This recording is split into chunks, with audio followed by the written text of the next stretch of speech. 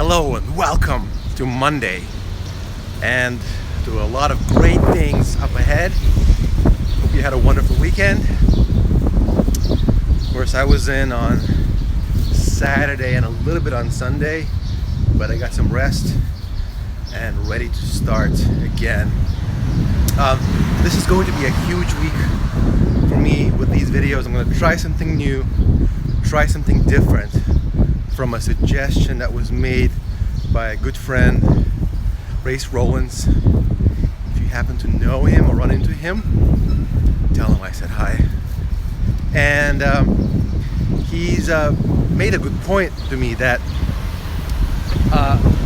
more specificity, more details is helpful for myself and for the videos. And so what I'm going to do is going to try to indulge that.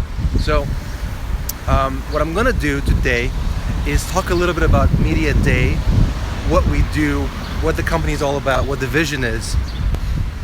Okay, and then over the course of a week, I'm going to have a week of design videos, because a lot of what we do is design. And then perhaps I'll do a week of business videos, specificity of struggles, challenges, accomplishments that have to do with the challenging world of business, or whatever. That might change tomorrow, so we'll see. But I want to start to do weeks of content that can encompass a narrative, but it has to begin with this video today, which discusses Media Dei as a whole, because that's the foundation, that's the basis for why I'm going to talk about anything else in the next week or two. Okay?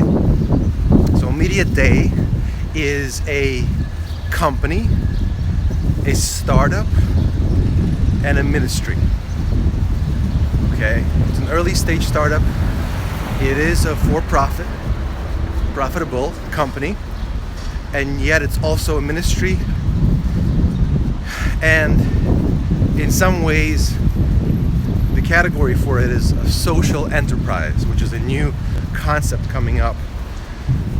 Which is to say that a social enterprise is any kind of a for-profit business that also has some sort of a social impact component to its business model, and also its bottom line. Interestingly enough, so the bottom line itself gets woven into the social impact space. Okay, and so oftentimes they call that even the double bottom line model. Okay, you have two bottom lines as a social enterprise, and that's an interesting and helpful category because that fits what I'm trying to do really well.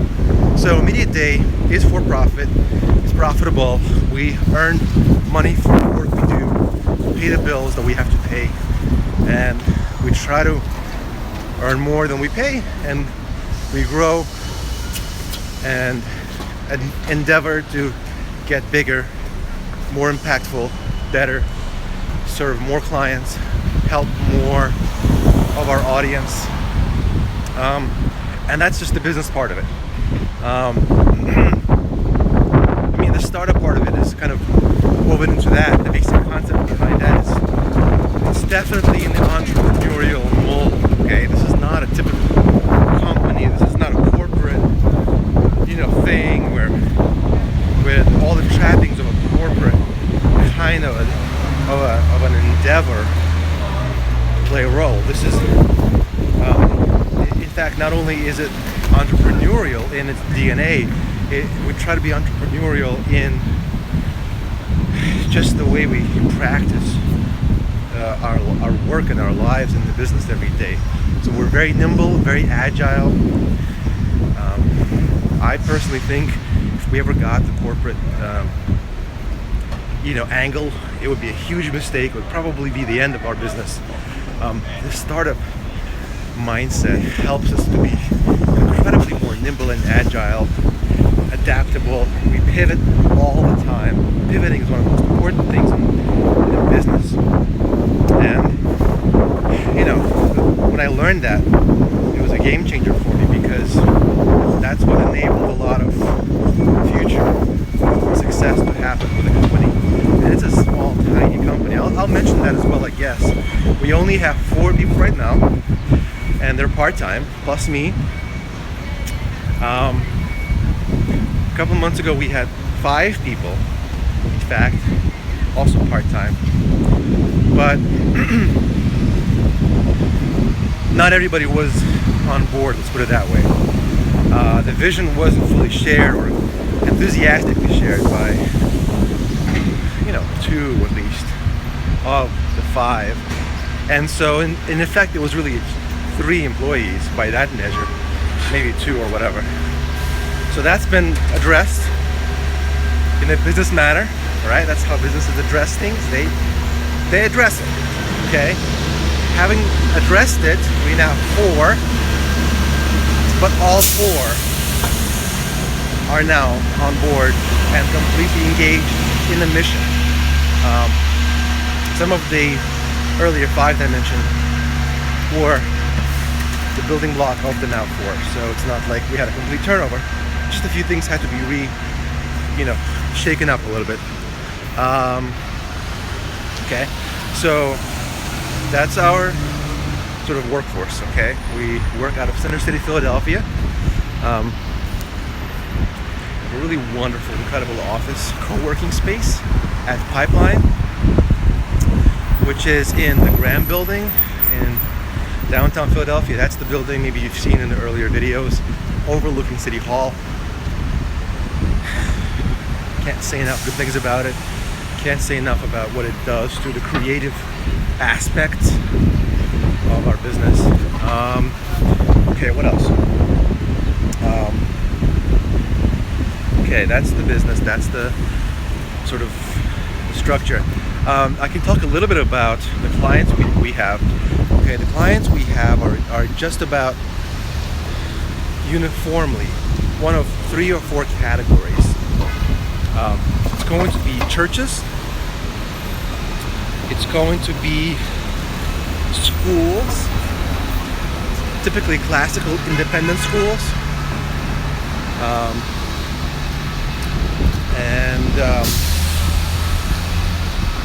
Another big piece of our work is the media in terms of news media. Okay, so we work on websites that syndicate news, that produce news of various sorts.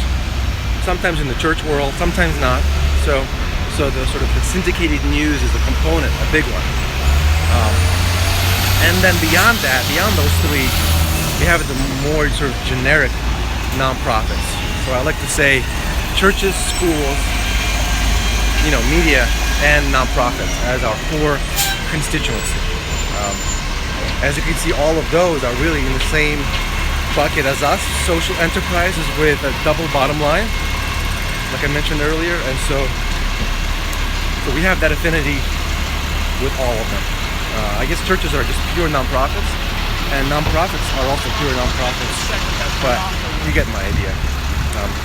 We believe that we can provide an incredibly valuable function to all 4 of those constituencies that cannot be provided adequately, I would argue, honestly, without any hedging by almost any company out there, including much bigger companies than mine. A lot of it has to do with a couple of reasons. One is that we build a lot of our core competency on the aesthetic. Okay, the aesthetic is huge to kinds of work we do, kinds of clients we seek, and the kinds of expectations they have of us. And the aesthetic is very strongly based upon classical typography. We reject modern sort of abstract typography with letters and words going every which way, having all kinds of weights, all of them being sans serif, the handcrafted aspect of it being totally banished.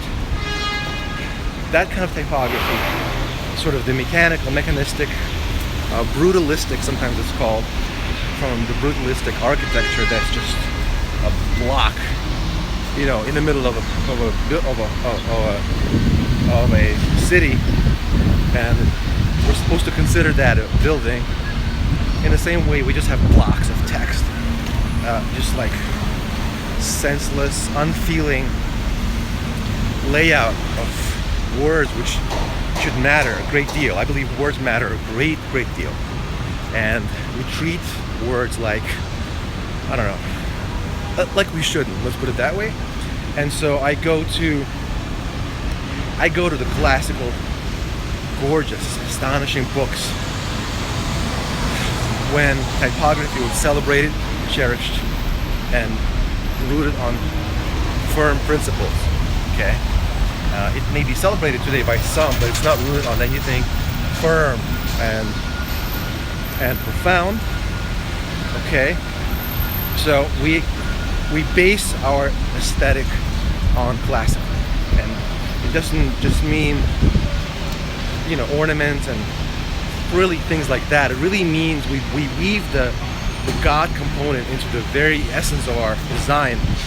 Just like Michelangelo and Leonardo da Vinci were big on divine proportions. The golden section, rule of thirds. That's big for us. That kind of stuff. Not necessarily those particular things every single time, but that kind of thinking is big for us in a way that we approach layout design. Everything has to be perfectly proportioned. Everything has to follow these golden design principles of hierarchy, variety, symmetry, balance, proportion. So even books, okay? Usually you think of statues as being proportioned or whatever, but you can make books, you can make text be proportioned. So anyway, that's sort of the aesthetic that maybe I'd like to show more of that, when I do like a design week. Some of the books, some of the works we're looking at, some of the thoughts that we engage with on an everyday basis. But it's not just a purely historicizing sort of a thought. We also merge that with the Apple style. So the style that Steve Jobs championed right before he died and Apple lost its way into the world of flat nonsense, following other companies and losing their own DNA of design and class and taste. So right before that is when they had the very peak of style in the modern world, in the modern consumer world, following the lead of Steve Jobs. Steve Jobs had an incredibly well-attuned, intuitive taste. I don't think he read the books that I will be showing during Design Week, but he intuitively sensed all the classical concepts, and so he built those in, or he encouraged them in his designers.